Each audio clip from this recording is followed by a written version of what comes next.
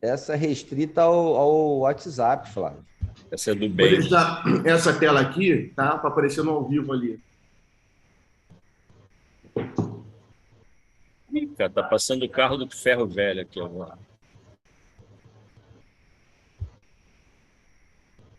Como é que eu saio aqui? Ricardo, o pessoal vai estar vendo o que está aparecendo aqui na tela, né? Isso, vai aparecer isso agora, quer ver? Tá, mas depois vai ficar aparecendo nós todos aqui, não. Calma aí. Ó, tudo que vocês estão falando está aparecendo, tá saindo em transmissão, tá? Tá. Mas já está ao vivo, não? Já está ao vivo. Já tem a meia hora, Mário. Tudo que você falou já está lá, registrado. Podemos começar, então?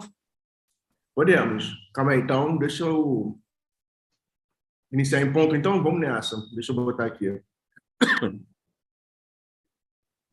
Me avisa aí quando puder.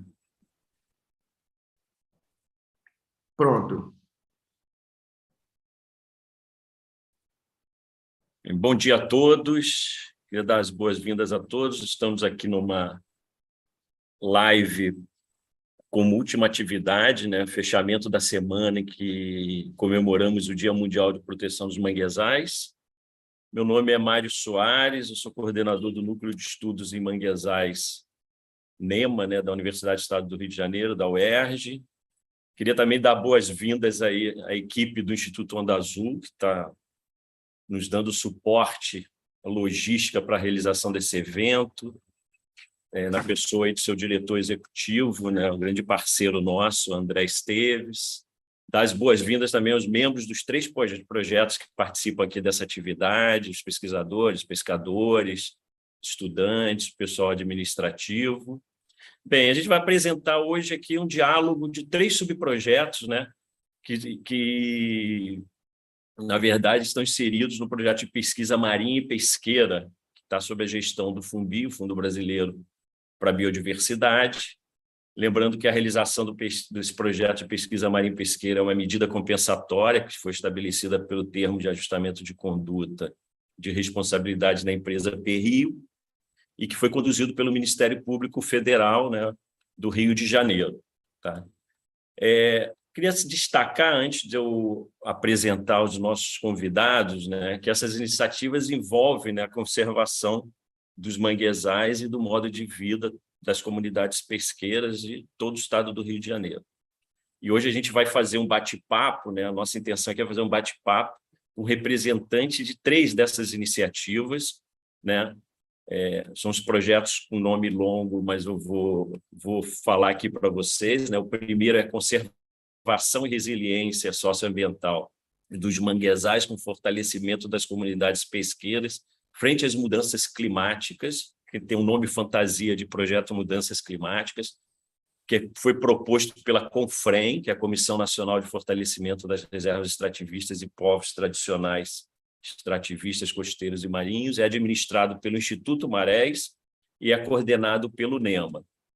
O segundo projeto é o desenvolvimento de ações para a gestão participativa, visando a conservação dos manguezais e o fortalecimento das comunidades pesqueiras do estado do Rio de Janeiro, que é de nome fantasia Gestão Participativa, que também é proposto pela CONFREM, administrado pelo Instituto Marés e coordenado pelo NEMA. E o terceiro projeto aqui do nosso bate-papo é um projeto que é conduzido, proposto, coordenado pelo Instituto Onda Azul, né, chamado Avaliação e Fortalecimento Comunitário em Manguezais de 3 unidades de conservação na Baía de Guanabara, Resiliência, Conservação e Adaptação a Mudanças Ambientais, um projeto que a gente chama carinhosamente aí de Guanamangue. Tá?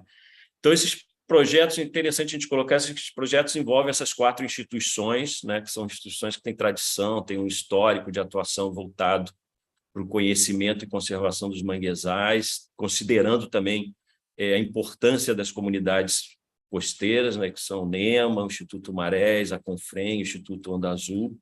E na conversa de hoje, a gente está pensando não apenas em apresentar os projetos, como tradicionalmente é feito, mas a gente quer destacar nessa conversa as interfaces, as complementariedades entre esses projetos, né? Destacar que são iniciativas com ênfase assim, no diálogo entre os saberes, diálogo entre pesquisadores, ambientalistas, pescadores, e não simplesmente para realizar um projeto, mas para enfrentar questões reais que se apresentam aí no dia a dia de quem vive na região costeira, né, das comunidades pesqueiras, no dia a dia da conservação e gestão desse ecossistema, tendo lá como foco no final de todos esses projetos a proposta de soluções para enfrentar essas questões, né?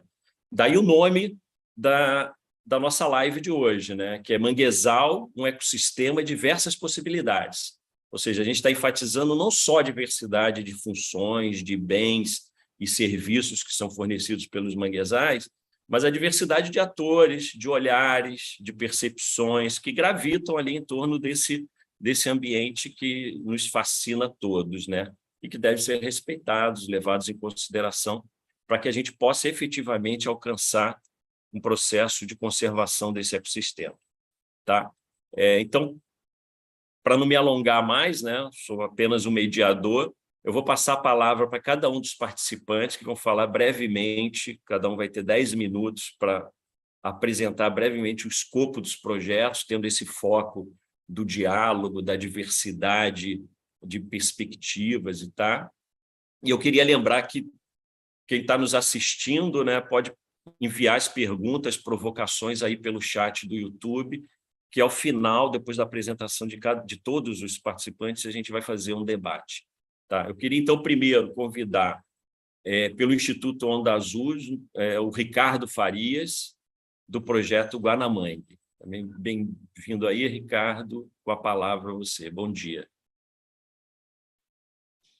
Bom dia, Mário. Bom dia, Felipe. Bom dia, Flávio. Bom dia, Rita. Bom dia a todo mundo aí que está assistindo a gente aí pelo YouTube do Instituto Onda Azul.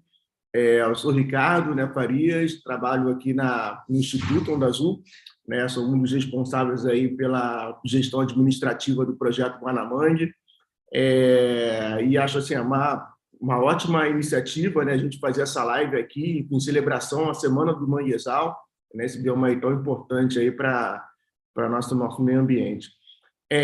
Queria falar um pouco da experiência do Onda Azul, né, em relação à questão dos manguezais. O Onda Azul ele tem uma história, né, que liga assim, umbilicalmente assim, a questão do manguezal.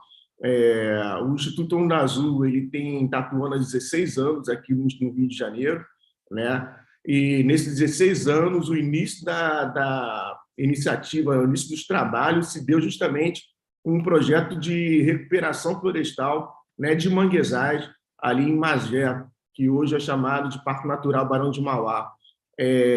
Para quem não conhece, houve, né, no ano de 2000 um grande desastre, assim, que teve mais de 1 milhão de litros de combustível derramado ali na Baía de Guanabara. Isso impactou muito fortemente aquela área ali final da Baía de Guanabara, que é onde fica Magé, né, onde fica o Parque Natural Barão de Mauá. E ele, no primeiro momento, ficou completamente devastado, não tinha nada naquela região, ficou muito, praticamente irrecuperável, né? E que, de fato, foi uma coisa que o próprio IBAMA, a própria INEA, na época, né, os próprios técnicos da época falaram que era irrecuperável, não tinha mais solução de fazer nada por ali.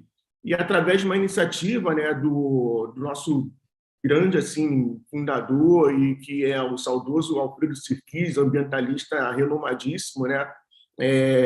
Ele, na luta dele, na questão de perseverar e acreditar que era possível realmente recuperar aquele espaço, implementou esse projeto de recuperação do manguezal, e depois de várias tentativas, foram mais de 5 anos tentando, né, fazer a recuperação daquele local ali, tentando novas metodologias de recuperação florestal, até que começou a dar certo, né? E hoje, por exemplo, depois de 16 anos, o parque, aquela área virou um parque natural, né? Reconhecido pela Prefeitura de Magé. Então, a Prefeitura de Magé ela acabou reconhecendo aquela área. Hoje, aquela área é um espaço de visitação, onde realizam muitas pesquisas acadêmicas naquela região. E, por acaso, também é a mesma área que nós também trouxemos para dentro do projeto Guanamangue, né? E aí faz uma ponte direta com esse projeto que a gente está atuando hoje em parceria aí com várias pessoas, vários pesquisadores renomados da área, tanto de manguezais quanto também de outras áreas relacionadas à questão ambiental. Então, assim, a relação do Onda Azul com o bioma é uma relação que vem lá do momento da fundação do Instituto, né? Então, a gente tem uma relação muito próxima com o manguezal. O manguezal, para a gente, é um bioma que a gente tem um carinho muito grande e está sempre presente, né, nossos pensamentos no sentido de projetos e relacionado a alguma coisa nesse sentido. Então, a gente recentemente, né, há mais ou menos por volta de uns 2 anos atrás, um pouco menos de 2 anos, né, digamos aí 1 ano e 8 meses, talvez, nós tivemos uma conversa inicial com o pessoal da APA Guapimirim, com a proposta de fazer, né, um projeto naquela área ali, um projeto que fosse voltado para a questão dos manguezais, para participar do edital do Fumbi. E aí, naquele momento, nós estávamos desenvolvendo um outro projeto com outro grupo de pesquisadores, né? Mas, a partir do momento em que a gente viu a capilaridade, né, desse projeto, da capacidade de envolvimento da comunidade, da capacidade de diálogo transversal que o projeto se propunha a acontecer, isso tudo acabou estimulando a gente a, então, arquivar aquele projeto que a gente estava fazendo antes, né, para que agora a gente falasse, vamos trabalhar junto com essa galera nova, que é uma galera que tem um potencial enorme para poder fazer aí um trabalho realmente ali, multidisciplinar, né, e que tenha um impacto bacana ali em relação à comunidade do entorno e até mesmo no fortalecimento da APA.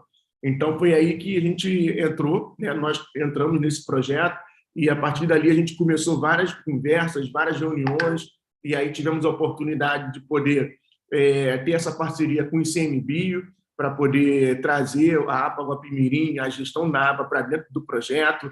A gente teve a oportunidade de trazer aí a professora Heloíse, que é da Unirio, para poder trazer um pouco do turismo de base comunitária, ou seja, trouxemos também os professores, doutores, né, o Mário Soares, o Felipe Chaves, que está aqui com a gente também, especialistas aí renomadíssimos na área do manguezal e que dão uma qualidade imensa assim, para o trabalho em relação à questão da captura do carbono. Nós também trouxemos, por exemplo, tivemos a oportunidade de estar trabalhando junto, né, com o professor Rafael Tubino, Marcos Rodrigues, Cassiano, que trabalham com a parte de robalo, estudo da espécie de robalo, com a cadeia, né, de pesca, a cadeia produtiva, né, do pescado ali do robalo. Além disso, também a gente tem aí a oportunidade de também trabalhar junto com o professor Anders, que é da Universidade Federal do Sul da Bahia, que também trouxe, né, a Karen, que também é da Universidade de Edimburgo, por exemplo, para trabalhar sobre a andada reprodutiva dos caranguejos. Ou seja, o Guanamangue ele é um projeto que ele é transversal, né, e ele tem como principal foco de atuação, né, o que a gente determinou naquele processo ali, é que ele se torne um ponto de referência, né? Nesse momento que a gente está vivendo hoje, por exemplo, na questão das mudanças climáticas. Então, é necessário que a gente tenha pontos de referência para poder avaliar melhor sobre quais são os impactos reais que essas mudanças climáticas vão trazer e vão impactar no manguezal, né? Então, a gente vai ter ali como referência, por exemplo, 3 parques, 3 áreas, né, de preservação, que são a APA Guapimirim, nós temos a ESEC da Guanabara e o Parque Natural Barão de Mauá, e a partir desses 3 parques a gente consegue construir ali uma relação de projeto em que a gente tem não só o estudo da captura do carbono, né, pelos manguezais, para poder entender melhor qual é a capacidade de armazenamento de carbono que tem aquelas áreas ali, principalmente voltado para a área também que tem uma relevância, o Parque Natural Barão de Mauá, porque aí você tem como fazer um comparativo entre uma área que é uma preservação quase que original, né, que é a Guapimirim, em algumas áreas até mesmo originalmente, e fazer uma comparação com o Parque Natural Barão de Mauá, que é uma área completamente reflorestada, ou seja, é uma área que teve uma intervenção humana muito forte. Então, como é que a gente consegue fazer um comparativo da captura de carbono das 2 áreas? Né? Então, esse é um trabalho que é desenvolvido de forma assim, excelente pelo professor aqui, Mário Soares, e o Felipe também, que está aqui com a gente. E também tem outras vertentes, por exemplo, entender como é que, por exemplo, a cadeia da pesca pode ser impactada, né, em relação a questão ali das mudanças climáticas, se por acaso o robalo como sendo uma referência nesse sentido, saber como é que está o caminho dele, como é que, na verdade, ele, por exemplo, a gente tem um processo de marcação desses peixes, por exemplo, para saber como é que está o caminho deles, como é que eles estão transitando pela Baía de Guanabara, então, a partir dali, como é que ele impacta na cadeia de pesca, né? E também a questão da própria andada reprodutiva dos caranguejos, que já foi verificado que tem uma mudança relacionada, por exemplo, comparativamente, quando você pesquisa sobre os manguezais na Bahia e você vê aqui, por exemplo, na Guapimirim, você já percebe que o período, né, de reprodução ele tem diferenças em relação a um ao outro. Então, isso são coisas que se tornam marcos referenciais para que a gente possa avaliar depois qual o real impacto das mudanças climáticas nesses locais, né? E, por último, temos a questão do turismo de base comunitária, que é uma forma que a gente encontrou dentro do projeto para que, na verdade, a gente trabalhe a adaptação, né? Então, adaptação como? A adaptação da comunidade frente a essas mudanças climáticas. A partir do momento que você tem uma mudança no regime da cadeia produtiva, uma mudança, por exemplo, na questão das marés, uma mudança no próprio bioma em si, na relação do bioma em si, então, como aquela comunidade, por exemplo, ela vai fazer para sobreviver, né, economicamente? Então, por isso, você tem ali o trabalho de turismo de base comunitária como uma forma de estímulo, né, a uma fonte geradora de recursos, né, extra para essas famílias, né, que atuam ali naquela comunidade, e a partir dali você conseguir ter novas fontes de renda e não depender somente da questão da pesca, da captação do caranguejo e por aí vai. Então, isso é um trabalho que o Onda Azul tem realizado junto com esses parceiros aí de primeira linha, e estamos muito satisfeitos com essa questão e assim, a gente fica aí à disposição para poder esclarecer qualquer outra dúvida, que o tempo está acabando. Obrigado, gente. Maravilha, Ricardo. Obrigado. Eu acho assim, o Guanamangue ele é um exemplo bem claro da diversidade de serviços do ecossistema, né? Você listou aí, né? Estudo de pesca, de sequestro de carbono, de turismo. Ele é transversal, ele envolve não só a academia, envolve gestores de unidade de conservação, envolve ambientalistas, envolve a comunidade. E num palco interessante, né? A gente está falando da Baía de Guanabara, sofrida a Baía de Guanabara, apesar de tão sofrida, a gente não pode esquecer que é onde a gente tem a maior área de manguezais do estado do Rio de Janeiro.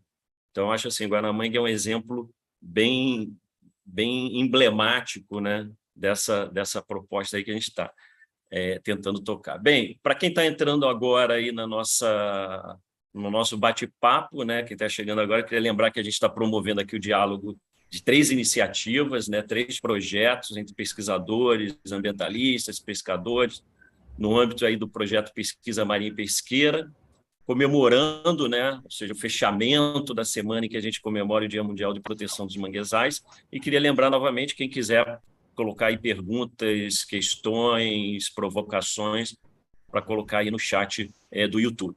Bem, dando prosseguimento a esse bate-papo, eu vou convidar o professor Felipe Chaves, que é do Núcleo de Estudos em Manguezais, o NEMA, da Universidade do Estado do Rio de Janeiro, da UERJ, que vai apresentar para a gente aí, nessa mesma linha, o projeto Gestão Participativa. Bem-vindo aí, Felipe, obrigado aí pela tua presença, com a palavra aí para você. Bom dia a todos, né? Todos me ouvem direitinho? Estão conseguindo ouvir? Sim, tá ok. Primeiro, gostaria de agradecer o convite, né? Acho que é importante essa data, né, de comemoração ou mesmo conscientização da importância de se preservar os manguezais, mas é interessante que isso não vire somente uma data de calendário, né? A gente tenha isso como uma premissa aí também de começar a mudar, né, como a gente está reconhecendo esse sistema, principalmente melhorando, né, aí as qualidades desse sistema, tá? Então, muito bom dia, Maria Rita, do Instituto Marés, Ricardo, do Instituto Onda Azul, e do professor Mário Soares aqui, que trabalha no NEMA, né, com os estudos em manguezais aqui da UERJ. Bom, eu vou apresentar o projeto que tem o título, né, quase com um título mais resumido da sua principal atividade, que é a gestão participativa, que foi um projeto que surgiu já dentro desse contexto que a gente está trabalhando aqui, essa live, que é a realização de um diálogo, né, entre diversos atores, principalmente pescadores e pesquisadores, né? Então, esse projeto surgiu da união mesmo de anseios entre o representante da Confrem, no caso, Flávio Lontro, que também está aqui presente, e os pesquisadores do NEMA, que já trabalham, né, na construção de um caminho nesse sentido, né, de unir anseios há alguns anos. Então, o projeto ele veio aí bem no encontro desses interesses em comum, né, e atuando bem nesse sentido, né, de construir um caminho mais que una mais esses atores. Então, eu vou explicar de uma maneira geral, né, para a gente deixar um pouco mais de tempo para as perguntas. Então, o objetivo principal desse projeto, né, que tem o nome de gestão participativa, é fortalecer as comunidades pesqueiras, assim, no enfrentamento, principalmente na resolução dos seus problemas, tá? Por meio da gestão de seus territórios, a gestão participativa dos seus territórios de pesca, né? Ou melhor, né, como já foi cunhado aí pela Confrem, o termo maretório, que envolve também essencialmente a proteção e conservação dos ecossistemas de manguezais, bem como suas funções, como, né, já foram algumas ditas aqui no projeto anterior, e também tem algumas ligadas diretamente aos pescadores, como lugar de desova e desenvolvimento de peixes aí de alto valor comercial, entre outros benefícios, né? Bom, para isso, esse projeto pretende instrumentalizar essas comunidades pesqueiras com informações diversas da região costeira ao longo de todo o estado do Rio de Janeiro, tá? Que foi dividido gerencialmente em 3 regiões: uma região norte, né, uma região mais ao sul, central, né, que envolve a Baía de Guanabara, e uma região mais ao sul, que envolve as baías de Ilha Grande e Sepetiba, tá? A ideia é que, assim, com essas informações, as pessoas estejam mais conscientes tanto das suas potencialidades como das suas possibilidades para atuar melhor nessas condições de trabalho, né, e de vida nessas regiões. E aí, nesse sentido, construindo um caminho, né, para a manutenção do seu modo de vida ainda por muitas gerações, ou seja, a gente consiga, através dessa construção comum, né, gerar aí essa manutenção da pesca aí por muitos anos, tá?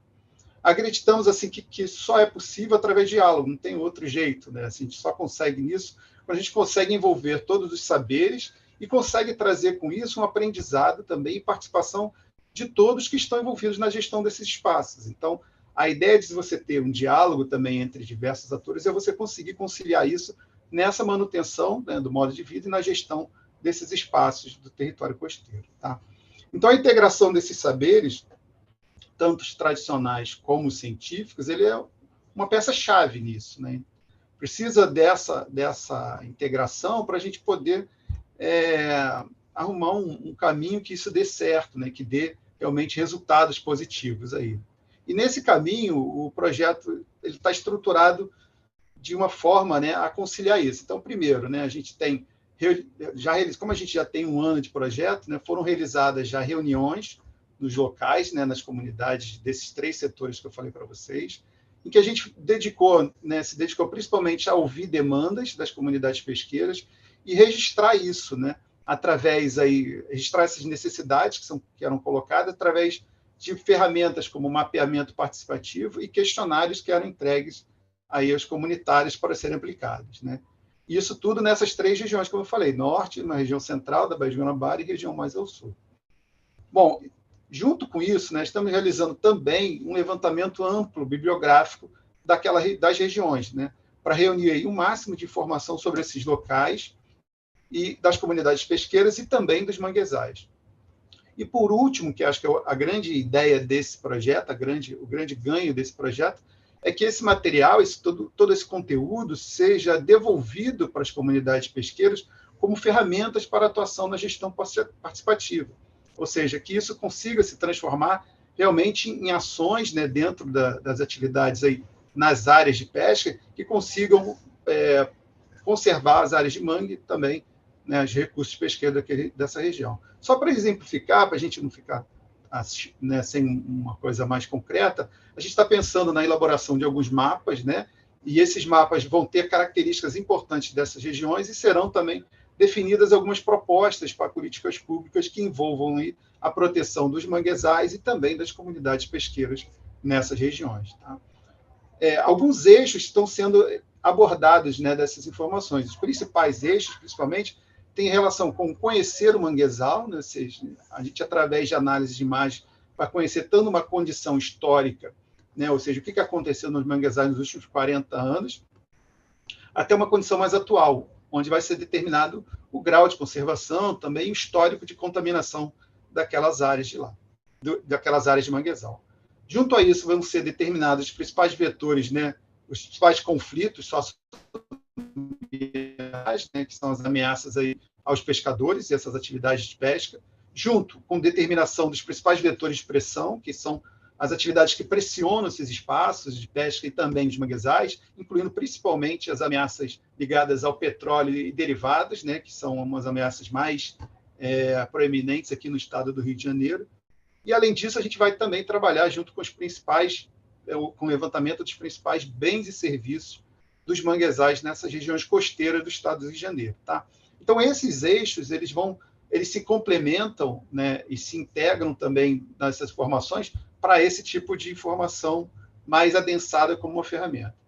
Então, por fim, né, esse projeto possibilita assim, uma união bastante interessante entre esses conhecimentos de diversos atores e a transformação disso em uma pauta de luta e de comunidades e das comunidades de pescadores que terão aí levantadas e organizadas suas principais demandas, junto com essa possibilidade de construção de um caminho que possa buscar uma resolução aí por meio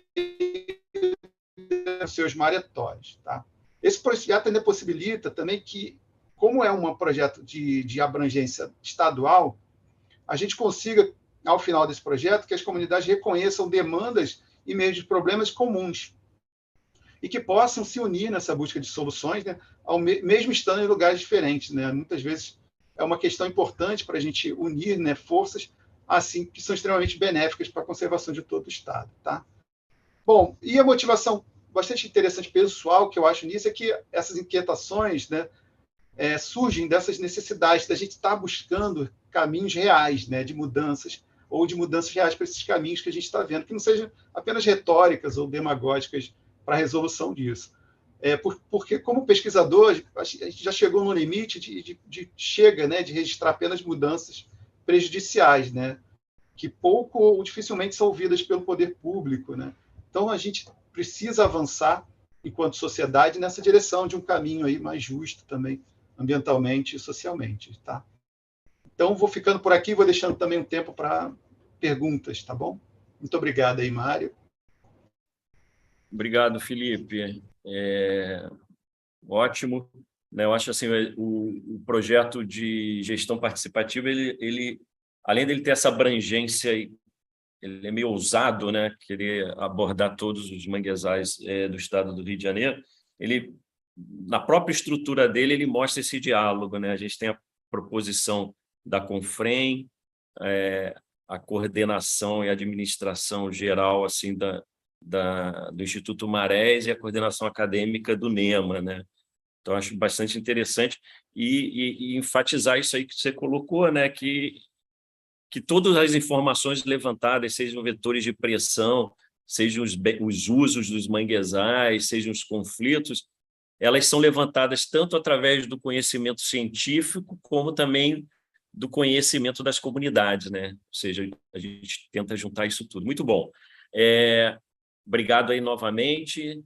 Então, a gente vai dar prosseguimento aqui, lembrando aí para quem está chegando agora que a gente está promovendo aqui o diálogo, né, dessas 3 iniciativas, o projeto Guanamangue, o projeto de mudanças climáticas e o projeto de gestão participativa, né, trazendo pesquisadores, pessoal da área ambiental, pescadores, representação dos pescadores, né, no âmbito aí do projeto Pesquisa Marinha e Pesqueira, fechando aí a semana que a gente comemora o Dia Mundial de Proteção dos Manguezais. Quem quiser mandar perguntas e questões, pode usar aí o chat do YouTube.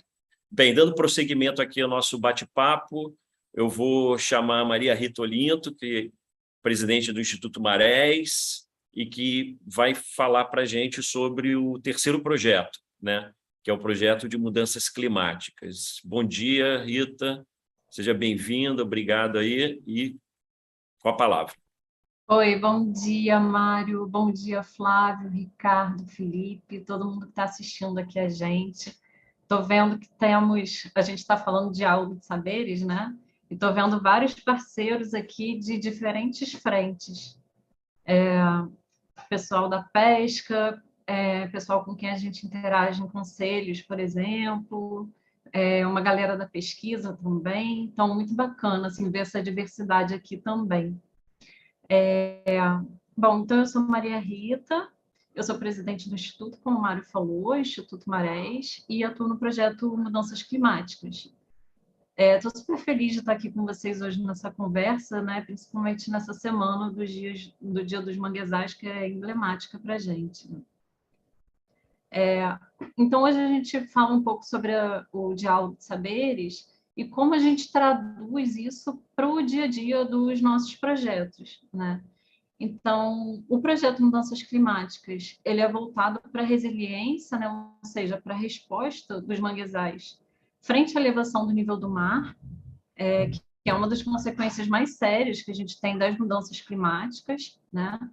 E aí, como que a gente realiza esse trabalho, né? Assim, resumidamente, a gente olha para o presente, né? Então, a gente parte de uma fotografia da condição dos manguezais e do contexto que esses manguezais do estado do Rio estão sujeitos, né? Atualmente.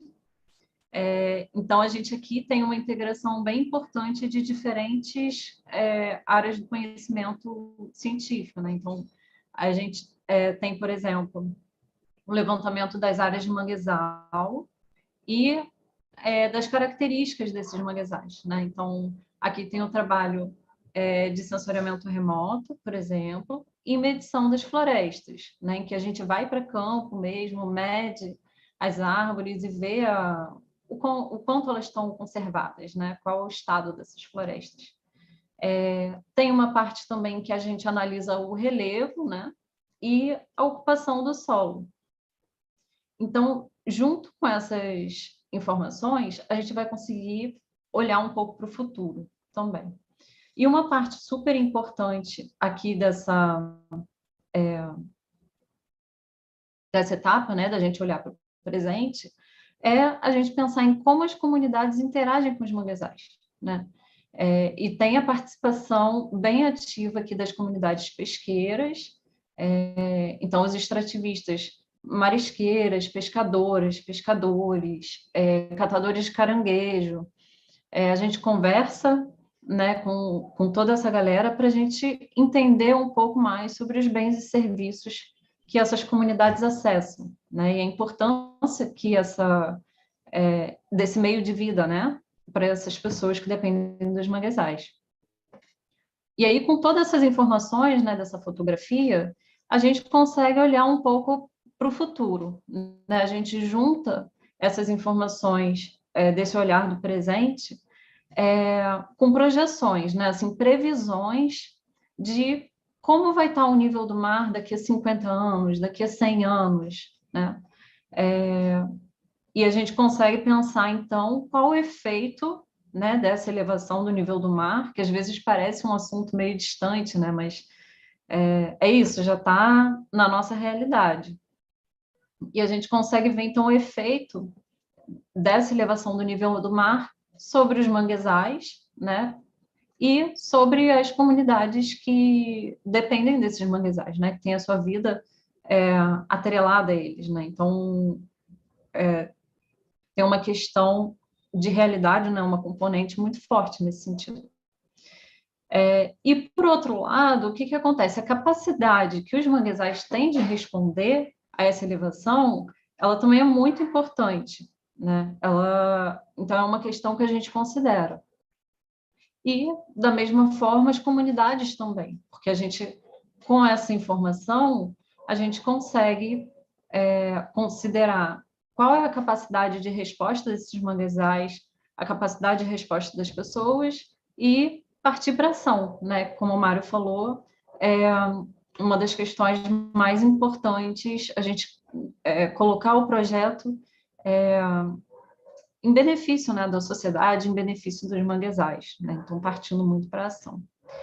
E aí, nesse cenário, a gente pensa o que a gente pode fazer para garantir melhores condições de vida e de conservação dos manguezais. Então, a gente, a partir disso, olha para as propostas de políticas públicas, olhando, por exemplo, qual o papel das unidades de conservação na proteção dos manguezais, né? e a relação das pessoas com essas áreas. A gente pode pensar também em fazer uma gestão integrada do território, considerando as áreas, como eu falei, né, o manguezal tem uma capacidade de adaptação muito importante. Então, a gente observa, por exemplo, em Guaratiba, que a gente tem a gente observa a floresta com capacidade de ocupar novas áreas em direção ao continente que antes elas não ocupavam, né, em função da elevação do nível do mar. E a gente precisa estar preparado também para abrir condições adequadas para essa resposta. E também, de maneira muito importante, a gente considera as ferramentas que os extrativistas, as comunidades pesqueiras podem ter à disposição para enfrentar essa situação, né? Então, quanto antes a gente souber, quanto antes a gente se preparar e tiver unido para isso, melhor, né? E aí aqui é mais um ponto que a gente destaca a importância também da participação das comunidades pesqueiras, né? Ninguém melhor que um pescador para dizer, por exemplo, alguma alteração que ele tenha percebido em termos de abundância ou falta de determinado pescado, e sem contar que essas condições, né, que aqui a gente está focando na elevação do nível do mar, né? Mas a gente está também sujeito a um somatório, né, de outros fatores, né, que a gente também não pode desconsiderar. Bom, então, diria que essa é a essência do projeto, assim, falando de forma rápida. Vocês fiquem super à vontade para fazer mais perguntas, para colocar os comentários aqui, vou ficar super feliz de ter essa troca com vocês, tá bom? Então, passo a palavra, Mário. Oi, Rita, muito obrigado.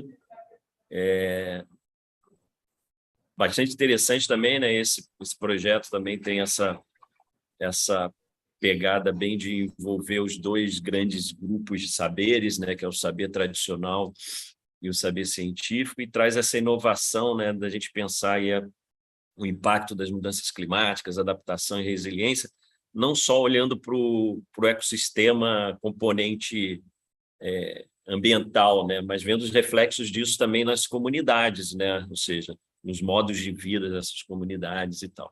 Ótimo. Bem, a gente vai dar prosseguimento aqui agora. Lembro novamente para quem está chegando agora aqui na nossa live, né, que a gente está tentando dialogar aqui, promovendo aí esse diálogo entre 3 iniciativas, 3 projetos, né, pesquisadores, ambientalistas, pescadores, aí no âmbito do projeto Pesquisa Marinha e Pesqueira, comemorando aí o fechamento, né, na verdade, é o fechamento da comemoração do Dia Mundial de Proteção dos Manguezais. E que quem quiser participar, colocar aí as perguntas no chat aí do YouTube, das provocações que a gente vai passar no final aqui das apresentações. Bem, para fechar essas exposições breves, né, bem breves, eu convido aí nosso grande parceiro, o Flávio Lontro, né, que é eu não sei se eu vou errar dessa vez, Flávio, mas é secretário, né, secretário-geral da Confrem. É isso? Eu sempre embolo essas coisas, se é secretário, se é presidente, se é diretor, enfim. Coordenador-geral. Coordenador-geral, olha aí. Coordenador-geral da Confrem.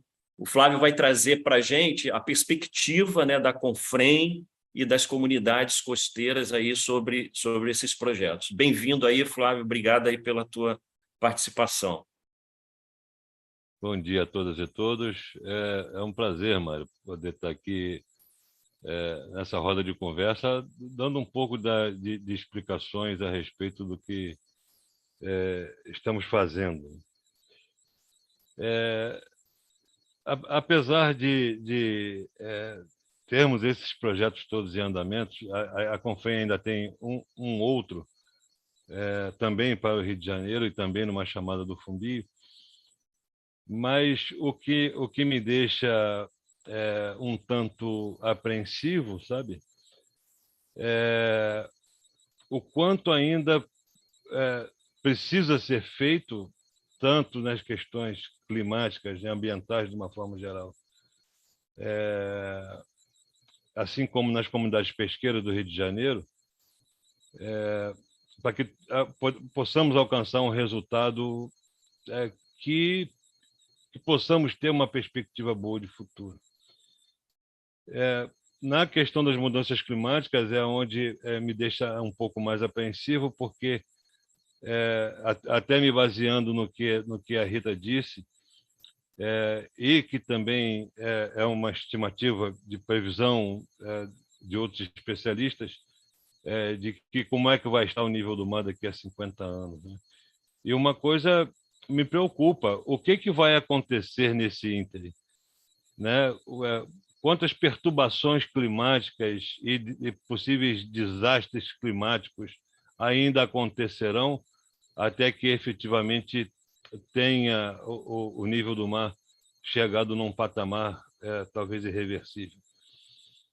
Enfim, eu queria começar por um breve histórico que eu vinha pensando de como é que foi o início dessa coisa toda, né? Foi de fato uma grata surpresa para mim quando recebi o convite para fazer parte inicialmente da Câmara Técnica dessa chamada de projetos, dessa primeira que aprovamos esses 2 projetos. Obviamente, inicialmente eu tinha aceitado porque era uma chamada muitíssimo interessante e que fazia parte diretamente da possibilidade de executar ações que foram previstas e concebidas numa matéria de planos e metas durante os 5 anos, né, de elaboração do Plano de Ação Nacional do Projeto Manguezais do Brasil. Foi muito trabalho ao longo de 5 anos, foram muitas viagens também, e como vocês sabem, para que se elabore uma coisa passível de ser executada, precisa de muita dedicação, né? Muitos, não só pescadores, mas acadêmicos e especialistas de governo também se dedicaram muito, gestores de unidade de conservação, se dedicaram muito à elaboração desse plano manguezal. Eu que havia inicialmente aceitado, fui obrigado a declinar de estar na Câmara Técnica e ter a possibilidade de analisar projetos e suas viabilidades, a partir do momento em que, obviamente, que eu estando dentro da Câmara Técnica, a Confem não poderia apresentar nenhum projeto para execução, porque era uma coisa meio antiética, e aí eu fui, então, obrigado a declinar desse convite. Mas, enfim, pensei inicialmente, como a gente vinha num namoro muito bom entre a Confrem, principalmente, e outros movimentos sociais com a academia, e tendo muitos acadêmicos a real consciência da necessidade de trabalhar, de sermos um complemento à academia e conhecimento adicional, inicialmente entendi que era meio que uma petulância em fazer uma proposta para a academia, para que juntos pudéssemos executar um trabalho. Por sorte, temos muitos amigos na academia e profissionais sensíveis, tanto na questão do conhecimento adicional quanto dessa real necessidade de que os conhecimentos se complementam. Eu tive inicialmente a oportunidade de conversar com o Mário para ver se ele aceitaria esse desafio, se a academia aceitaria esse desafio em elaborarmos um projeto em conjunto. Óbvio, né, que não podia ser diferente, o Mário obviamente aceitou imediatamente e logo a seguir conversamos com o Felipe também, em cima de um outro segmento, e elaboramos então 2 projetos. E qual foi a surpresa? Que, na verdade, conseguimos aprovar os 2, que na realidade eles se complementam, né? e era de fundamental importância que ocorresse um milagre de conseguirmos aprovar 2 projetos numa mesma chamada. Esse milagre aconteceu, e, a partir daquele momento, o quanto seria complicado de iniciar um projeto com essa magnitude e todas as necessidades que haviam de levantamento, estudos, pesquisas, consultas e, perdão, do quão seria difícil trazer a academia para junto das comunidades pesqueiras e como é que os companheiros e companheiras da pesca iriam entender isso.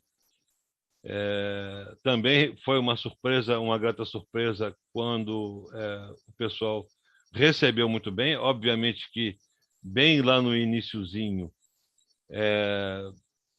algumas rusgas antigas foram lembradas, não obviamente com o pessoal da nossa equipe, das nossas equipes, mas problemas antigos que haviam acontecido, mas independente de qualquer coisa, a situação foi bastante boa e hoje ela está a todo vapor.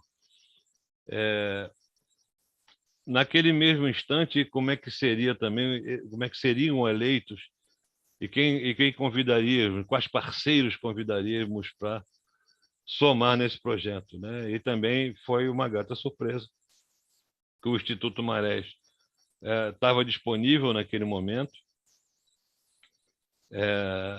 Também aceitou o desafio, porque é um grande desafio, de fato, você unir as ciências, a ciência do notório saber e a ciência acadêmica num mesmo ambiente, né?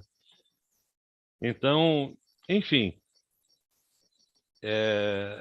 foi extremamente complicado, porque existe um prazo a ser cumprido. E como é que seria? Como é que fizemos muitas reuniões de equipes para poder entendermos melhor como é que seria o modus operandi do projeto, assim como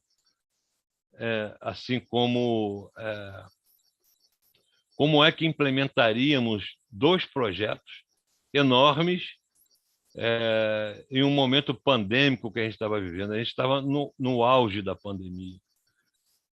Enfim, conseguimos burlar essa problemática toda e seguir adiante.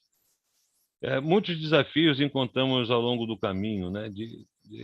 Da dificuldade da implementação desses projetos, de mangue versus comunidades versus mudanças climáticas. Como é que essa coisa toda se daria, né? Nesse âmbito maior? E como é que seriam tratadas, por exemplo, as necessidades, né, que apareceriam durante a execução do projeto, e como é que a gente linkaria isso com projetos futuros, né? Porque, mesmo tendo uma execução bastante boa desses 2 projetos nossos, há uma real necessidade de prosseguimento com todos esses levantamentos que estão sendo feitos. Existe uma real necessidade de monitoramento, de continuar o monitoramento dos manguezais, porque a gente está num processo problemático e grave de mudanças climáticas, e o manguezal é um ambiente muito sensível e precisa de um acompanhamento, assim como um acompanhamento das comunidades pesqueiras, que também foi com surpresa que conseguimos mapear. Sabemos que não estão completamente todas as comunidades mapeadas, mas identificamos mais de 260 comunidades pesqueiras no litoral do Rio de Janeiro. Então, também foi uma surpresa, porque nem eu, na verdade, imaginava que haviam tantas comunidades pesqueiras assim. E, ao longo das oficinas de implementação do projeto, também tive uma grata surpresa de que existiam ilhas de manguezais ao longo da costa norte, o que para mim foi de fato uma surpresa. A gente sabia que existiam algumas, mas que entendíamos não ser tantas. entendemos também a necessidade que vem sofrendo pressões e que a gente precisa efetivamente dar uma trava. O meu tempo já acabou, mas eu queria deixar uma pergunta aqui para o Ricardo, iniciar logo essa coisa de perguntas. Ricardo, meu amigo, eu não ficaria surpreso se os robalos marcados na Baía da Guanabara ou dentro da área de proteção ambiental de Guapimirim, que é onde eu moro, tivessem robalos marcados aqui e capturados em outras partes do estado do Rio de Janeiro. Eu tenho uma teoria, obviamente, que continuo também estudando muitas coisas a respeito de todos os assuntos tratados aqui, mas principalmente do robalo, que é da espécie da qual eu vivo. E eu tenho uma pergunta para fazer. Será possível ter um robalo capturado, marcado aqui, capturado em outra localidade, seja no sul do estado ou no norte do estado? Enfim, não sei se vocês têm uma tarja ou se vocês têm um chip, eu não sei como é que vocês estão trabalhando, mas se um pescador de outra localidade e que não está sabendo do guanamangue, por exemplo, ele com esse peixe capturado, ele vai ter como informar, por exemplo, ao projeto ou ao coordenador do projeto, enfim, ou ao profissional responsável pela área, acredito que ele seja o Tubino, né? O Rafa é um cara bastante competente nisso, já trabalhamos juntos também. Assim como o pessoal da minha equipe, eu tive o grato prazer de trabalhar com eles aqui também durante muitos anos em outras pesquisas. Existe a possibilidade do pescador que capturar um robalo marcado aqui fora dessa área, seja mais ao norte ou seja mais ao sul do estado, de comunicar que esse peixe foi capturado lá e fazer as devidas medições, enfim, ou pesagem, e poder fazer essa comunicação? Essa é a pergunta que fica. Obrigado, Mário. Obrigado, Flávio. Só um minuto, Ricardo. Bem, obrigado aí, Flávio. Trouxe para a gente aí a perspectiva, né? Quais são as questões, né, das comunidades, as aflições e tal, e mostrou esse histórico aí, que foi um marco, né? Dentro dos projetos aí do Fumbio, a Confrem encabeçando um projeto e, na verdade, 2 projetos, né? E conseguindo levar para frente e tal. Bem, a gente já tem algumas perguntas aqui. Eu vou começar aí com essa pergunta do Flávio mesmo para o Ricardo, que já é uma provocação aí do exatamente o que a gente quer, esse diálogo aí entre pescador, entre pessoal da academia, entre o pessoal das ONGs. Enfim, Ricardo, com a palavra aí você para responder essa primeira pergunta, por favor.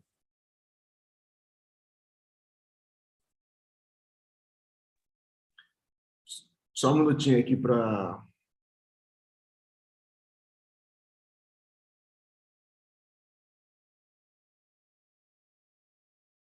Bom, obrigado pela pergunta, Flávio. Bem pertinente e é até boa também, porque a gente aproveita para poder divulgar aqui, né, na live também como é que funciona a questão da marcação dos robalos, né? Os robalos, eles são marcados, não é com chip, ele tem um marcador, né, próprio para que ele não sofra com a questão da marcação, mas nessa marcação dele tem todas as informações para que o pescador, quem encontrar um robalo, possa entrar em contato com a equipe que coordena essa parte, né, que é o Rafael Tubino, o Marcos Rodrigues e o Cassiano. Então, o pescador ele pode ir onde ele conseguir capturar esse robalo, ele vai poder entrar em contato, né, com a equipe técnica do projeto, falando, eu capturei na área tal, no período tal, foi dependendo do horário, etc. E cada pessoa, cada pescador, né, que captura um robalo, por exemplo, ela também recebe como se fosse uma recompensa, né, do projeto. Então, ela recebe um boné, uma camisa, né, de agradecimento por ele entrar em contato e relatar aonde foi que ele capturou aquele robalo. E essa captura do robalo é justamente para poder entender, né, o caminho que ele faz, que o robalo está fazendo hoje ali no entorno da Baía de Guanabara. Então, justamente esse é o objetivo do projeto, para a gente poder saber como é que transita ali na Baía de Guanabara até onde ele vai, né? Por exemplo, já foi visto que ele sobe, né, o rio Macacu. Então, por exemplo, a gente agora, por exemplo, está fazendo marcação lá em cima do rio para saber se ele realmente está chegando lá embaixo, então se ele está entrando na Baía de Guanabara ou não. Então, assim, há todo um processo, né, para poder identificar qual é esse caminho que o robalo está fazendo, até mesmo para poder saber depois, né, fazendo estudos, a partir do momento que há essas variações, essas mudanças, né, no ambiente, no sistema ali da Baía de Guanabara, se vai continuar percorrendo o mesmo caminho ou se vai haver alguma mudança nesse sentido. Muito semelhante ao que está sendo feito, por exemplo, com a candada do caranguejo, né, que foi verificado que lá na Bahia está acontecendo de uma forma e aqui no Rio de Janeiro já está de outra forma, então, um outro período que não é o mesmo período que acontece a reprodução dos caranguejos naquele momento, né? É basicamente isso aí. Espero ter respondido aí, Flávio. Obrigado pela pergunta. Obrigado, Ricardo. Maravilha, a gente tem várias perguntas aqui. Para a gente não avançar muito além do nosso tempo, eu vou direcionar as perguntas para os participantes e vamos tentar responder de forma mais objetiva possível. Óbvio, daria para a gente ficar aqui o dia inteiro, com o maior prazer, debatendo, conversando, enfim. Mas vamos lá. A gente tem uma primeira pergunta aqui do Nelson, que eu vou direcionar aqui, é direcionada, na verdade, para o Ricardo. Ele pergunta ao Ricardo por que não empregar a expressão crise climática no lugar de mudanças climáticas. Nelson, obrigado aí pela pergunta também. Pergunta pertinente, bastante, assim, porque realmente a gente está vivendo nesse período de crise climática agora e isso é a tônica que a gente vem discutindo. A questão da escolha, né, do termo, ela tem mais uma questão de consenso, né? Como você pôde perceber durante a minha fala, a gente trabalhou, né, a gente construiu esse projeto com vários pesquisadores, né? Então, assim, são vários pesquisadores que participaram da construção desse projeto e aí, naquele momento em que a gente estava definindo, né, todos os termos, né, do projeto e etc., a gente convencionou naquele momento ali que o ideal é a gente trabalhar com o termo mudanças climáticas e não crise climática. Mas nada impediria da gente, por exemplo, trabalhar e botar o termo de crise climática. Foi só uma convenção mesmo naquele momento que a gente definiu para trabalhar com esse termo e não com outro. Mas, assim, esse termo da crise climática é algo que a gente tem que colocar isso de forma bem clara hoje em dia, porque o que de fato está acontecendo, né? E a gente precisa levar isso cada vez mais a sério, até mesmo em questões de políticas públicas, né? Então, acho que o caminho é por esse lado aí. Obrigado, Ricardo. A gente tem um comentário aqui do André Cavalcante, eu não vou direcionar ele como pergunta, porque a gente depois, lá no final, a gente tem uma outra pergunta que vai ser direcionada para o Flávio. O André Cavalcante coloca aqui, faz um comentário que é importantíssimo incluir as populações tradicionais. Sem dúvida, André, eu acho que esse é o mote aí dos projetos, inclusive também o mote dessa live, né? Dar voz a todos os segmentos, né? Não só a academia, mas também as comunidades tradicionais. A gente tem aqui uma pergunta que está identificada como Praticando Biologia, o autor da pergunta, né? Deve ser o nome do perfil. Gostaria de saber se os projetos... Eu vou direcionar essa pergunta para o professor Felipe, que é o projeto de gestão participativa que trata da questão de vetores de pressão, de contaminação, né? Gostaria de saber se os projetos apresentados desenvolvem pesquisas sobre bioacumulação ou biomagnificação de contaminantes em organismos de interesse comercial, uma vez que nós, seres humanos, somos consumidores finais. Felipe? Eu perdi o nome de quem fez a pergunta, é o perfil, né? Praticando Biologia. Tá, então vou responder ao perfil Praticando Biologia. Nesse projeto de gestão participativa, a gente não faz a análise da bioacumulação, né? Que a ideia principal dele é fazer um grande levantamento assim, dessas áreas. A gente faz, na verdade, uma análise de marcadores de esgoto e de hidrocarbonetos, né? Dentro desse sedimento do manguezal. A gente entende que, dessa forma, a gente consegue fazer uma caracterização mais ampla, né? E, claro, né, havendo a possibilidade futura, né, a gente consegue até pensar em projetos em que faça esse tipo de análise, tá? Mas dentro dos projetos a gente não prevê a bioacumulação, só a identificação desses marcadores. Obrigado, Felipe. Vamos seguindo aqui. Uma pergunta para a Rita, que vem da Bruna Tomaino. Rita, como as comunidades pesqueiras têm percebido as mudanças climáticas? Bruna, muito obrigada pela pergunta, excelente ponto de vista. A gente tem percebido, né, na conversa com as comunidades pesqueiras, com as pesquisas que a gente tem feito, né, o levantamento das informações pelos questionários, por exemplo, né, que é feito pelos agentes comunitários em cada comunidade, que eles têm essa percepção de maneira bem complexa, assim, né? Na verdade, como é o funcionamento do ambiente e a realidade, né? Então, a gente percebe uma sobreposição de efeitos. Então, por exemplo, eles notam alteração na reprodução de espécies, que pode estar associada ao aumento, mesmo que muito pequeno, de temperatura da água, ou alterações climáticas, né, como chuvas e por aí vai. Eles também relatam alteração de inundação de áreas de manguezal, por exemplo, em Guaratiba, eu lembro que a gente teve essa percepção, especialmente em áreas sem manguezal também, né, porque, enfim, esse ambiente, né, um dos benefícios da presença desse ecossistema é justamente a proteção da linha da costa, né? Então, esse é um tema também recorrente na fala e na percepção deles. Obrigado, Rita. Deixa eu ver aqui que eu tenho uma outra.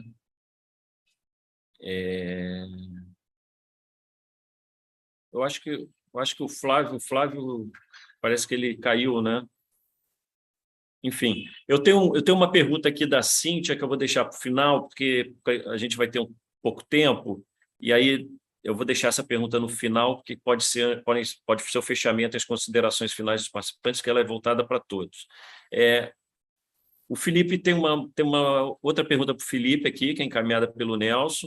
Felipe, você considera as usinas termoelétricas na Baía de Sepetiba um problema ambiental na conservação dos manguezais ou um conflito socioambiental?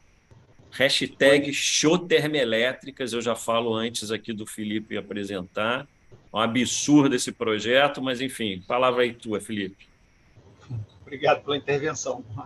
Porque, realmente, Nelson, quando a gente pensa nas termoelétricas, né, acho que é difícil a gente colocá-la somente num lugar, né? É um problema a nível estadual, em termos de você ter uma foco aí nesse tipo de desenvolvimento, desse modelo, né, que envolve, né, ainda esse tipo de uso de energia, que é totalmente, né, na contramão de tudo que a gente está fazendo, para preservar tanto o manguezal, mas como os efeitos das mudanças climáticas, como a questão de conflito, né? Realmente, quando você pensa numa usina, no porte que a termoelétrica está se instalando, né, sem dúvida, um conflito ali para os pescadores, né, que vai gerar área de exclusão de pesca, né, e afugentamento de peixes de interesse comercial. Então, é difícil, né, Nelson, a gente tirar ela de algum lugar, né? A gente tem esses dois lugares aí que podem ser colocados, com certeza, as questões da termoelétrica, tá bom?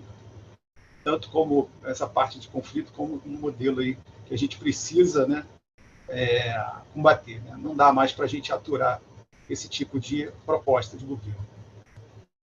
Obrigado, Felipe.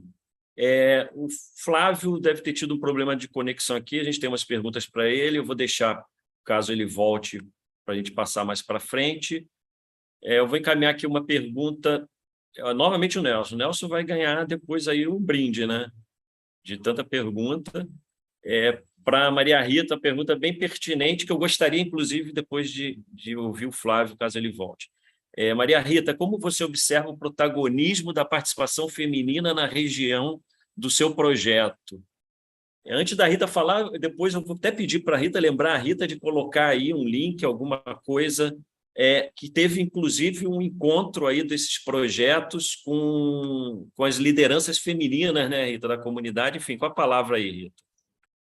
Sim, excelente. Muito bacana a pergunta, Nelson. Bom, a gente vê na pesca, primeiro, uma dificuldade muito grande do reconhecimento do trabalho feminino, né?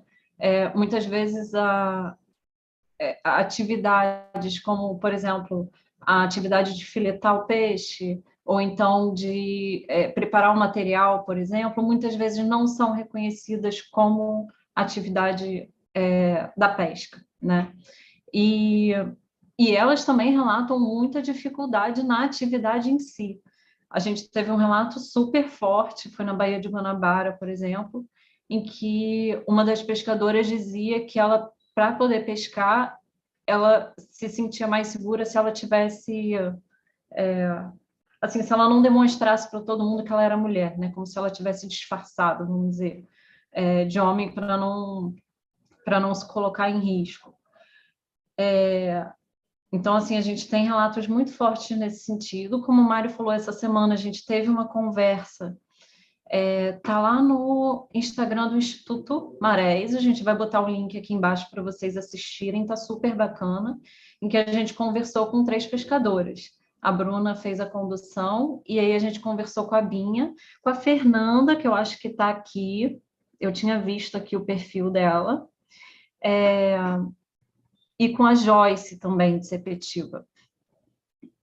E a gente observa que elas têm, assim, apesar de todas essas dificuldades, né, elas têm um papel muito importante na atividade pesqueira e um papel muito importante para enfrentar essas dificuldades que a pesca artesanal encontra, né? Acho que é isso, Mário. Obrigado, Rita. Vamos aqui dar prosseguimento. O Flávio, infelizmente, ainda não reconectou. Eu tenho perguntas aqui para o Felipe. Eu vou juntar, Felipe, 2 perguntas. Uma da Bruna, que pergunta como gestão participativa avalia o levantamento dos temas como ferramenta de apropriação da comunidade. Essa pergunta é muito parecida com a pergunta que foi encaminhada pelo Núcleo Canoas, também para o Felipe. Gostaria de saber como se dará a participação das comunidades pesqueiras nessa gestão participativa em termos metodológicos. Felipe. Já estou aqui. Alô? Estamos te ouvindo. Tá, eu estava mesmo, se você não colocasse, eu ia pedir para colocar logo as 2 perguntas, porque elas têm muita relação, né? Primeiro, ela dá a chance de a gente explicar um pouquinho melhor esse projeto, né? Assim, a gente acredita, né? Eu falo a gente porque, na verdade, eu estou como coordenador, mas é um grupo grande de pessoas que estão atuando nesse projeto, né? Então, quando eu falo nós, assim, dentro do projeto, a gente acredita que o projeto, ele é um projeto, como eu diria, quando você fala em apropriação, a gente logo pensa em reconhecimento, né? Então, é um projeto que ele está focado em não querer convencer nada, assim. Diferente de um projeto de pesquisa, que a gente já parte de uma teoria ou parte de uma hipótese, nesse lugar a gente não quer convencer ninguém sobre os problemas. Ele está, na verdade, trazendo esses problemas e organizando em cima, né, de informações também mais bibliográficas, enfim, mais pautadas. Então, na verdade, a gente está ouvindo. E quando a gente está ouvindo, a gente pensa que, quando a gente está pensando em apropriação, essa apropriação vem desse reconhecimento do problema como um problema real trazido por eles. Então, nesse sentido, o projeto ele está lá para isso, né, para trazer realmente um reconhecimento, ou seja, uma apropriação do que eles já trazem como um problema, né? Então, dentro da gestão participativa, que é uma ferramenta metodológica, a participação das comunidades vai se dar diretamente, né? Porque às vezes, na verdade, o que a gente tem visto em algumas reuniões que a gente tem feito é que as comunidades não reconhecem o processo de gestão participativa dos seus territórios como uma ferramenta eficaz para a manutenção, né, dessas atividades de pesca, de conservação dos manguezais. Então, metodologicamente falando, a gestão, as comunidades pesqueiras estão inseridas nessa apropriação, nesse reconhecimento desse espaço e também das temáticas como importantes, né? E a partir do momento que você chega num ambiente desse, gestão participativa, né, muito mais instruído, muito mais, né, entendendo muito mais o que é aquele espaço com ferramental adequado, você consegue, né, ter espaço ali de fala e de luta muito mais igualada, digamos assim, muito mais igualada entre os poderes. Obrigado, Felipe. Eu vou encaminhar uma pergunta aqui que eu ia, na verdade, botar para todos, mas eu vou encaminhar para o Ricardo. Ricardo, uma pergunta aqui que está encaminhada pela Cíntia Carina Fonseca. com base nessa experiência dos participantes, ou seja, dos projetos, né, que a gente viu aqui, como você vê as perspectivas de interação entre diversas iniciativas? Ou seja, esses 3 projetos podem ser nucleadores de outras iniciativas? Ou seja, usar esse exemplo, pelo que eu entendo, nessa experiência, para trazer outras iniciativas, enfim. Sim, acho que sim, na verdade, o projeto, acho que todos os projetos têm essa perspectiva, né? Hoje a gente não pode mais falar de um projeto que ele não dialogue com os outros. Eu acho que esse tempo de você fazer um projeto nuclear que ele se concentra em si próprio, não tem mais espaço para isso. A própria questão aí que levantou agora da crise climática, isso mostra nitidamente como, na verdade, os temas são transversais. Então, os projetos têm que dialogar entre si, porque isso é uma forma deles poderem se potencializar, né? Potencializar as ações em que cada organização está desenvolvendo. Então, cada organização que trabalha com seus projetos, elas acabam se potencializando quando elas criam uma sinergia, quando elas dialogam sobre os seus projetos. Isso ganha com a comunidade participando, isso integra cada vez mais diferentes pontos de vista também em relação ao mesmo tema. Então, assim, eu acho que é um caminho sem volta. Eu acho que o caminho daqui para frente é cada vez mais os projetos dialogarem. Inclusive, no Onda Azul, a gente tem essa perspectiva, né? Isso é o nosso, a nossa situação assim, que a gente coloca como essencial de qualquer projeto, é sempre dialogar com outros projetos que estão acontecendo para a gente justamente saber como é que a gente pode se ajudar, né? Como é que a gente pode cada vez mais um apoiar o outro para poder, de fato, deixar um legado que seja relevante aí para as comunidades que participam, né? E trazer também uma referência aí, tanto para a academia quanto para qualquer outro tipo de projeto que for desenvolvido. Então, acho que o caminho é esse. O caminho é cada vez mais criar esse apoio mútuo, né? E essa sinergia entre os projetos e as instituições. Perfeito, Ricardo. Não tem mais espaço, né, para competição, ficar competindo e, na verdade, sobrepondo, né? A gente tem que agregar, até otimizar os recursos disponíveis, né? Enfim. Mas, infelizmente, ainda tem muita gente que vê a competição aí como um caminho. Mas o Flávio está aqui tentando se conectar, gente, pelo iPhone. Aqui no Rio de Janeiro está uma ventania danada, então caiu lá a conexão dele. Deixa eu seguir aqui com o que a gente tem. Deixa eu pegar aqui a pergunta. A gente tem um comentário aqui do Olivar Bendelac, parceiro nosso lá, o ICMBio, da APA Guapimirim. É só um comentário. Ele queria comentar que as mudanças climáticas são consequências da crise civilizatória, conforme cita o professor Quintas. Portanto, não é de crise climática, a chamada civilização que está em crise.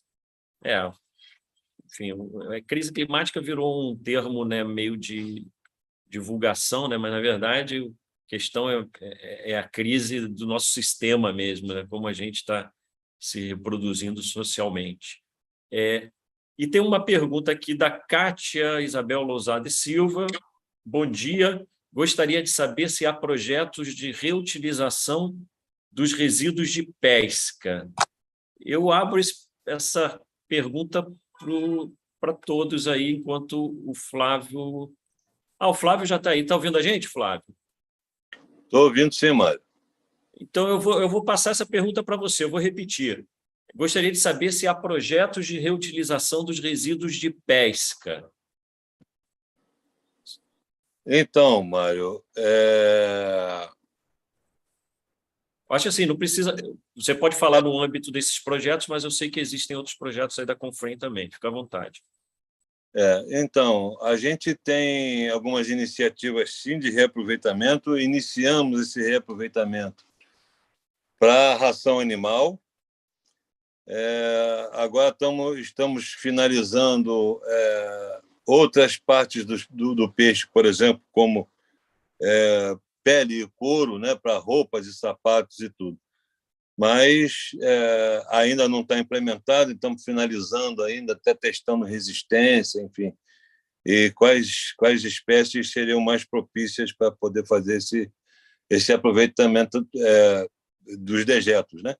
Enfim, não são todas as espécies que isso é possível, Para a ração animal, todas são, mas para outros fins, ainda não, por enquanto.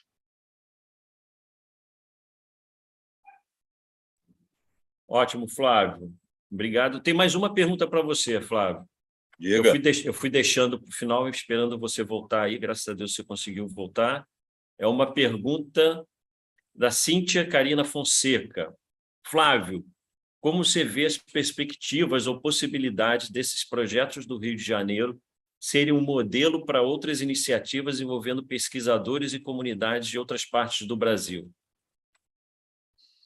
Então, a perspectiva é alta, né? Inclusive, dentro dos projetos, a gente vem, apesar de não ter inicialmente sido previsto, quando escrevemos o projeto, vamos tentar, ainda antes do fim, fazer uma publicação exatamente para essa finalidade, né? A equipe já vinha conversando a respeito disso, que tanto vai servir para orientar outros trabalhos com iguais princípios, né?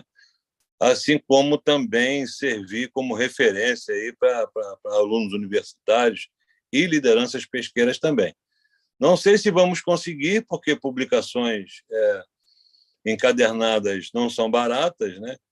E a gente tem um recurso bastante limitado também, mas isso já foi conversado para ver se a gente consegue viabilizar isso, sim. Maravilha, Flávio. Bem, gente, já estamos avançados aqui, né, no nosso horário. Antes de encerrar, eu vou passar a palavra para cada um dos convidados aqui para fazer um fechamento rápido, breve, no máximo 30 segundos, 1 minuto de considerações finais e já deixar o meu agradecimento aí à participação de todos.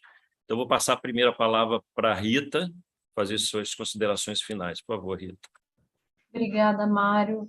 Bom, queria agradecer a presença de todo mundo. Muito legal ver tantas perguntas aqui. Acho que rende muito assunto para a gente voltar a conversar também. Fiquei super feliz com essa conversa, escutar um pouquinho de cada um. Bom, eu entendo que as questões que a gente está enfrentando, elas são complexas, elas são muito desafiadoras, e não tem outra forma da gente conseguir enfrentar que não seja encarando com muita seriedade e com humildade também, né, para agregar todo mundo que possa contribuir, todo mundo que esteja envolvido nas possíveis soluções que a gente tem para encontrar, tá bom? Fico super feliz de ver todo mundo aqui e o Instituto Maré está sempre à disposição para esse diálogo, para conversar com todo mundo. Obrigado, Rita. É tanto diálogo de atores aí que até o gatinho está querendo falar, né? Está querendo aparecer aí. Enfim. Exatamente. Vou passar a palavra aí para o Ricardo fazer suas considerações finais. Obrigado, Ricardo. Aí o gato aí. Obrigado, Mário. Queria agradecer, né? Agradecer aí a oportunidade de poder falar um pouco do projeto que a gente está executando aqui, a oportunidade de a gente poder dialogar com as outras instituições, com a Rita, com o Flávio, com o Felipe também. E dizer que assim, a gente está muito satisfeito, né, muito feliz em poder realizar esse projeto lá na Mãe. A gente fica à disposição para todo mundo que estiver assistindo a gente aí no YouTube, se quiser entrar em contato com a gente para poder saber alguma informação sobre o projeto, participar de alguma forma, pode entrar em contato com a gente, tá? Seguir a gente nas redes sociais também, Instagram, LinkedIn, enfim. E fico à disposição aí para a gente poder cada vez mais construir aí novos projetos, novas pontes, e vamos em frente. Vamos que o caminho é trabalhoso, mas vai dar tudo certo no final. Obrigado, Ricardo, com certeza. Passar então aí para o Felipe fazer suas considerações finais e já agradecendo também o Felipe aí a presença. Bom, obrigado, Mário, obrigado, Ricardo, Flávio, Maria Rita, do Instituto. É muito prazeroso conversar sobre isso, sobre essa iniciativa, né, ou sobre essas iniciativas que realmente vão num caminho novo de construção, né? Quem está participando sabe a dificuldade que a gente está tendo, né, para pensar diferente, para tentar fazer coisas realmente que tenham aí uma proposta de soluções reais na vida, né, dos pescadores e principalmente na conservação dos manguezais. Então, assim, eu desejo muito que que a gente, com esse dia, né, ou com essa marca aqui, consiga realmente abrir um espaço maior de discussão para a gente interagir cada vez mais, né, nessa busca aí por melhoria desse ecossistema, da região costeira e do nosso modo de vida também, né? Então, muito obrigado, Mário, e obrigado. Até a próxima. Obrigado, Felipe. Vamos passar logo aí para o Flávio. Flávio, faz aí os teus comentários finais aí, por favor. Então, Mário, eu também gostaria de agradecer essa iniciativa. Eu gostaria, inclusive, que pudéssemos, né, fazer, e aí pode ver com Onda Azul, enfim, se existe a possibilidade de talvez promovermos um evento final dos projetos aí presencialmente, com convidados aí aberto, né, quem quiser chegar, porque esses projetos, de fato, eles são inovadores, né, porque eles tratam diretamente com a cadeia produtiva da pesca e pesquisa direta sobre o que está acontecendo nesse exato momento no país e no mundo. Eu queria deixar um agradecimento especial aqui ao Fumbio e ao Ministério Público Federal pela sensibilidade de ter aceitado e apostado que essa interação entre movimento pesqueiro e acadêmico pudesse dar certo, sabe? Não é. A gente sabe perfeitamente como as coisas são e funcionam, e é de se enaltecer essa responsabilidade principal que o Fumbio assumiu em aceitar que conseguíssemos aprovar 2 projetos numa mesma chamada. Sequer poderia, inclusive, não ter aprovado nenhum, né? Só pelo fato de ter sido proposto por um movimento social, mas, enfim, a sensibilidade dos 2 principais foi fundamental, inclusive para que essa troca hoje aqui, junto com o Guanamanga, pudesse estar acontecendo, sabe? Então, é de se enaltecer, é de se aplaudir também essa aceitação, tanto do financiador quanto enfim, do Ministério Público Federal, que resolveu, de fato apostar nessa coisa nova, né, que estamos tendo a oportunidade de executar. Obrigado a eles, obrigado, Mário, obrigado ao André, ao Felipe, à Rita, ao Ricardo. Depois eu queria até conversar mais com o Ricardo em um outro momento, vou tentar entrar em contato. Se alguém puder me passar o contato dele aí, seria ótimo. Tá. Mas isso, obrigado, Flávio. Super importante aí essa tua lembrança, né? Óbvio, a gente não esquece, né, da importância do Fumbio, né, de estar promovendo essas iniciativas, ou seja, não só na busca e na disponibilização do recurso, mas certamente o Instituto Marés, com o FREM e Onda Azul vão concordar comigo, mas também na parceria na condução dos projetos, né? Ou seja, na supervisão, nas orientações, enfim, em todo o processo administrativo. É importante essa lembrança. Antes de fechar, eu queria agradecer enormemente a presença aí do Flávio, do Ricardo, da Rita, do Felipe, o apoio do pessoal do Onda Azul aí na logística, que está aqui nos bastidores, o André, né, que está aqui acompanhando aqui com a gente aqui nos bastidores, e toda a equipe aí do Onda Azul que está permitindo essa transmissão. Super feliz, eu achei que foi ótimo. Eu estava aqui conversando, a gente estava conversando antes aqui com o André, né, do Onda Azul, a ideia da gente fazer mais esses encontros. É importante a gente manter aberto o canal, o diálogo, porque surgem ideias, surgem novas possibilidades, novas interações, ou seja, e é isso, né? Essa perspectiva nova do diálogo, da parceria, né? Apesar da gente ser da academia, a gente sempre critica muito essa coisa de simplesmente produtividade pela produtividade, ou seja, produtivismo. Na verdade, a gente vê a repaginação, né? O nego faz uma maquiagem nova de muitos conhecimentos antigos, né, Felipe? Enfim, então é isso aí. Estou super feliz, super satisfeito. Queria agradecer a todos que tiveram a paciência aí, que acompanharam esse nosso bate-papo, que enviaram as perguntas, e é isso. Obrigado e até a próxima, gente. Se cuidem aí. Valeu. Um abraço, gente. Até a próxima. Obrigado aí. Flávio, vamos falar assim, hein? Um grande abraço. Abraço.